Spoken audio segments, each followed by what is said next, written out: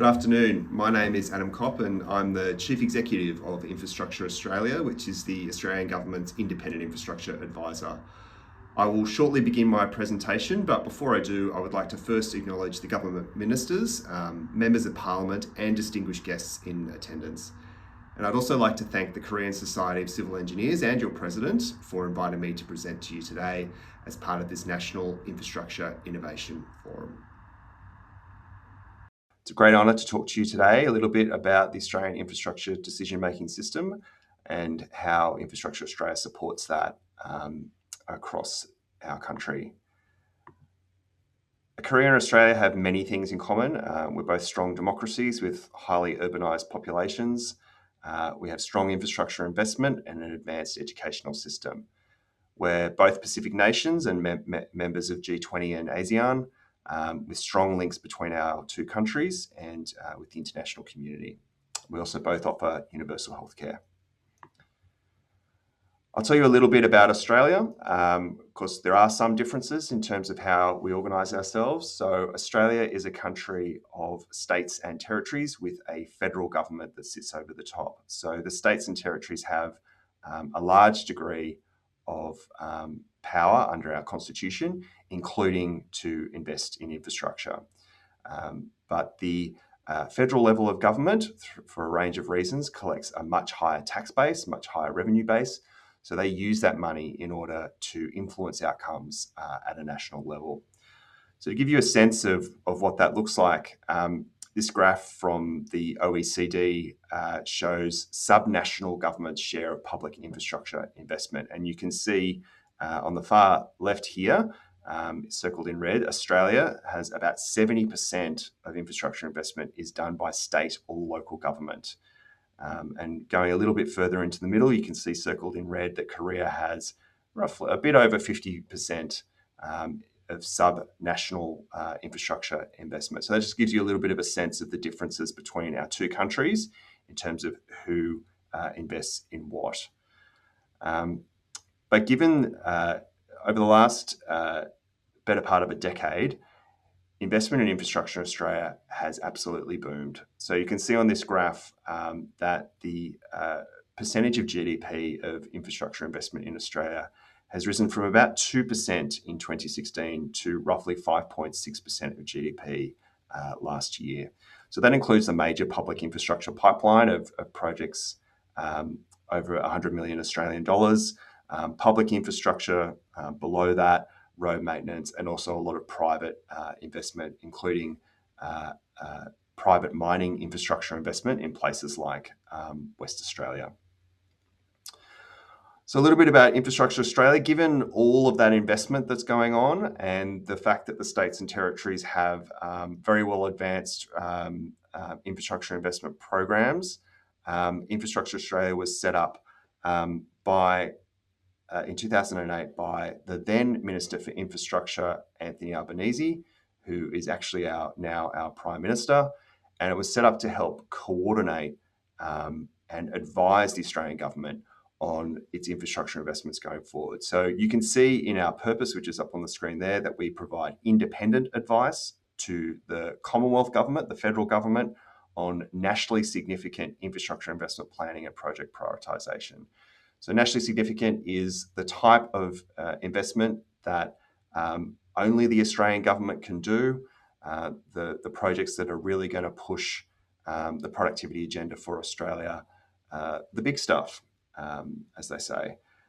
So IA was set up in order to coordinate that and also provide advice to the Australian level of government on how best to manage their infrastructure investment portfolio. So how do we do that? So we do that in a few key ways. So we identify gaps and opportunities for Australia's infrastructure. We also define priorities for planning and investment, which is that second box there. We also provide investment assurance. So I'll talk a little bit about that, but making sure that the investments are actually going to pay off in terms of their benefit to the community. And then in that last box there, we monitor and review performance of Australia's infrastructure. So I'll just go through a few of the key products and reports that we do to enable all of that. The first around identifying gaps and opportunities.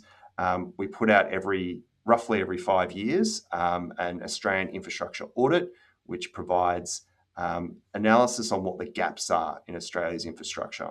And then we follow that up with an Australian infrastructure plan, which provides the policy solutions for fixing those gaps, meeting those gaps. And we also at least every year, provide an updated infrastructure priority list, which provides a range of investment opportunities, project investment opportunities for the Australian government to invest in. We also provide investment assurance, as I said. So any business case, any project that's seeking over $250 million of Australian government funding, needs to submit a business case to Infrastructure Australia. And we publicly publish our views on that business case, on that project. And you can see an example there for M1 Pacific Motorway, Daisy Hill to Logan Motorway.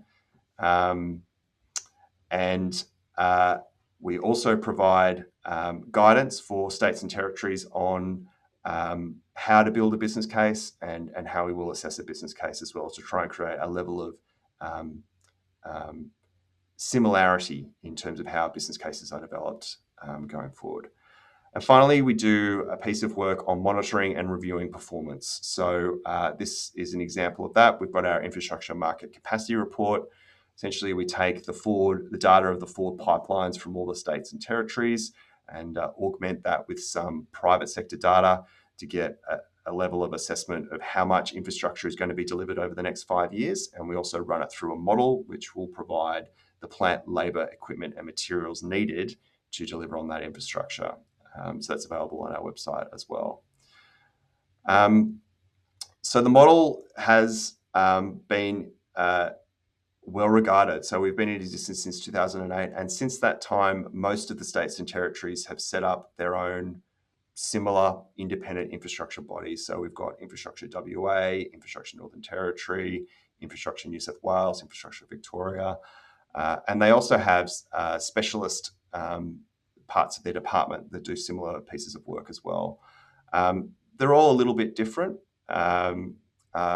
None are quite the same, including Infrastructure Australia. So, for example, Infrastructure Victoria provides best practice policy advice, but doesn't have a role in project assessment like Infrastructure Australia does.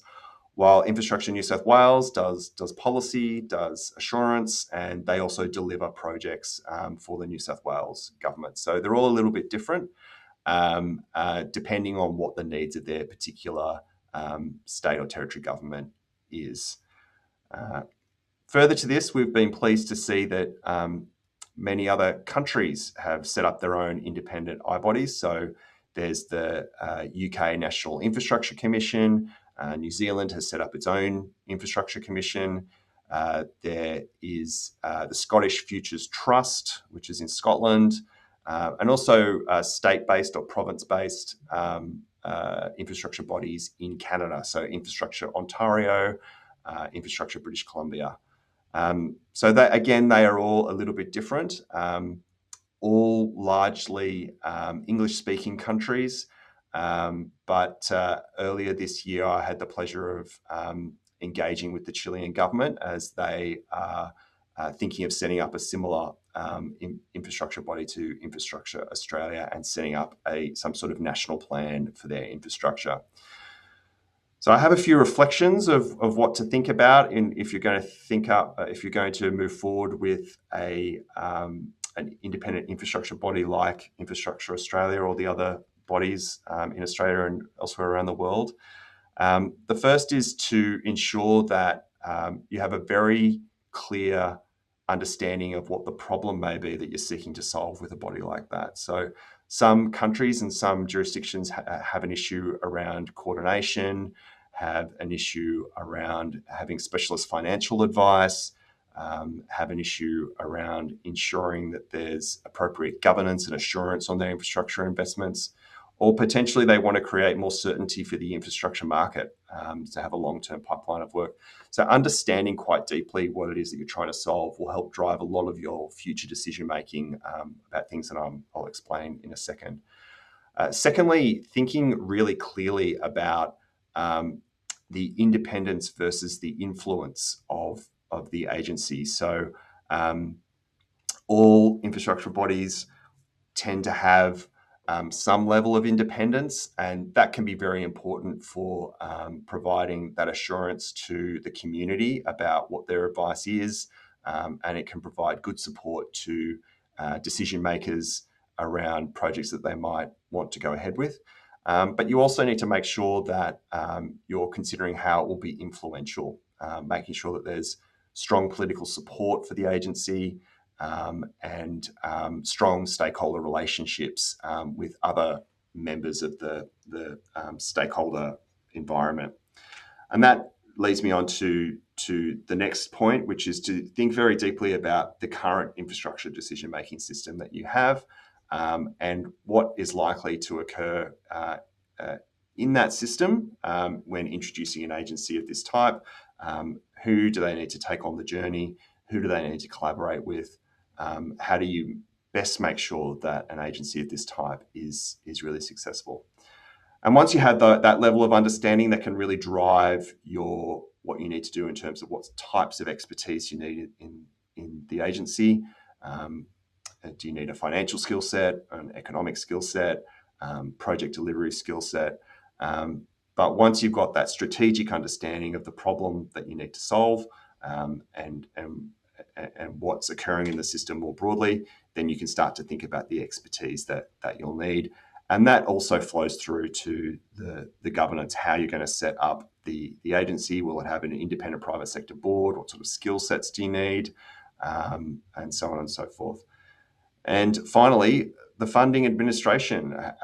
Will it be an independent agency that is quite separate from a particular department, or will it be part of a particular department as well? These are all issues that you'll need to think through going forward. I think the reflection is that that Infrastructure Australia has been a strong success in Australia, and I think that's evidenced by the strong investment in infrastructure in Australia over the last better part of a decade. The improvement in quality of planning right through the states and territories. The fact that all the states and territories, or almost all of the states and territories, have set up their own independent infrastructure bodies, and that's now spread elsewhere around the world. But there has also been learnings over the years, and I think that's been applied elsewhere. So we're very happy to provide advice and support to any country who is thinking of doing something similar. Thank you. It's been a great honour to present to you today and talk a little bit about the work that Infrastructure Australia does. I'd welcome further opportunities to exchange knowledge between our two countries. So once again, thank you, and thank you to the Korean Society of Civil Engineers for inviting me to speak with you today.